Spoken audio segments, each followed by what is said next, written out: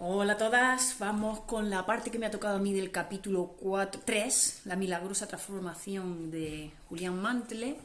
Y bueno, estamos en la parte en la que se ha encontrado con, bueno, está en Cachemira y se encuentra con el yogi Krishnan. Y bueno, le cuenta su historia, ¿no? Que era un abogado de prestigio, pero que no se sentía bien y que quería seguir el dictado de su alma, ¿no? Y después de contarle lo mal que lo había pasado en la abogacía y de contarle que él también había sido un abogado en Nueva Delhi, le dice algo importante que nosotras ya sabemos, por lo que hemos leído en tantos libros, ¿no? Y es que todo suceso tiene un porqué.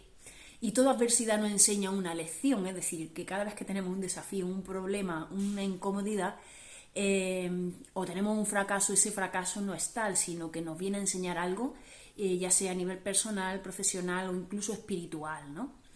Eh, es la manera de que nos podamos expandir como personas y que haya un crecimiento interior, y dice que bueno, que esto trae un montón de recompensas psíquicas incluso, ¿no? Por lo tanto, le recomienda que no lamente su pasado, sino simplemente que lo acepte como el maestro que es, ¿no?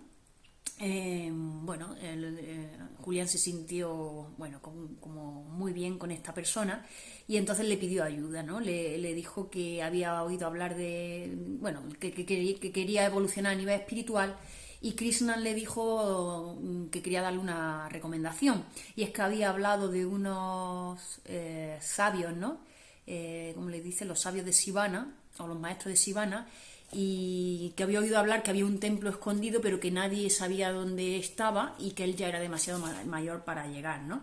Entonces, los sabios de Sivana. Entonces, claro, Julián acogió esa recomendación porque sentía, intuía que ese era su camino, y emprendió el camino solo en busca de ese templo escondido, en busca de esos grandes sabios de Sivana, ¿no? Él sentía como que era eso que necesitaba encontrar en su vida, y al principio pensó en emprender ese camino con ayuda de alguien, dice que con la ayuda de un serpa para que le ayudara a encontrar el camino, pero después pensó que era una buena oportunidad para ir solo y que le iba a dar mucho pie a reflexionar sobre sí mismo y a emprender ese camino solo, ¿no?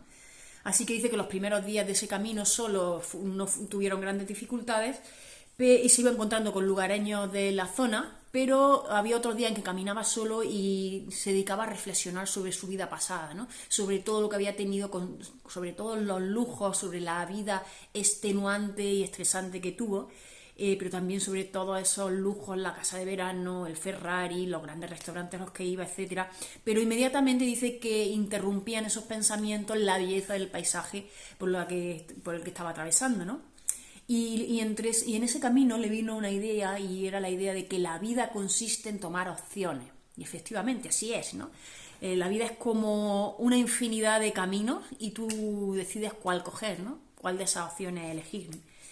Y dice que se sintió nervioso, pero positivo, que se sentía con ese nerviosismo interior como cuando tenía un juicio nuevo que no sabía cómo atacar, ¿no? Pero ese nerviosismo le hacía sentir bien, ¿no? Siguió la ruta, y después de casi 7 días pues encontró a una persona que iba con una túnica roja y una capucha azul oscuro, y rápidamente empezó a gritarle, a acercarse a él, y esa persona salió corriendo, ¿no? Sin embargo, él lo siguió y al final, bueno, pues le contó su historia, toda la vida que había tenido como abogado, que estaba en una crisis profunda a pesar de que tenía mucho éxito material, y que quería encontrar el verdadero sentido de la vida y el camino espiritual que intuía que necesitaba, ¿no? Y entonces fue cuando este hombre vio que si de verdad tenía una voluntad sincera de encontrar ese camino espiritual, que podía ayudarle, ¿no? Y que lo llevaría al templo con su hermano, a pesar de que nadie desde hacía muchos años había encontrado el lugar, le enseñaría a cambio de una promesa, ¿no? Y es que cuando conociera los principios de transformación total a nivel físico, mental y espiritual, tenía que volver a su sociedad, a la sociedad occidental, a transmitirle el mismo mensaje a las personas buenas que había, ¿no? Porque decían que ellos sabían que había en Occidente un montón de personas buenas, pero que estaban muy perdidas, ¿no? Y bueno, Julián se comprometió a eso y fue con él, ¿no?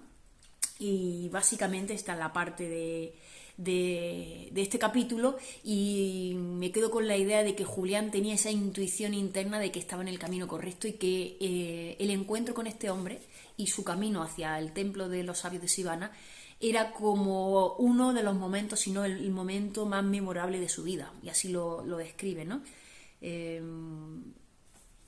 Era simplemente la intuición, ¿no? Como diría Alain en La voz de su alma, alumbrándole el camino. Así que nada, lo dejo aquí y seguimos releyendo este magnífico libro de este extraordinario autor. Hasta luego.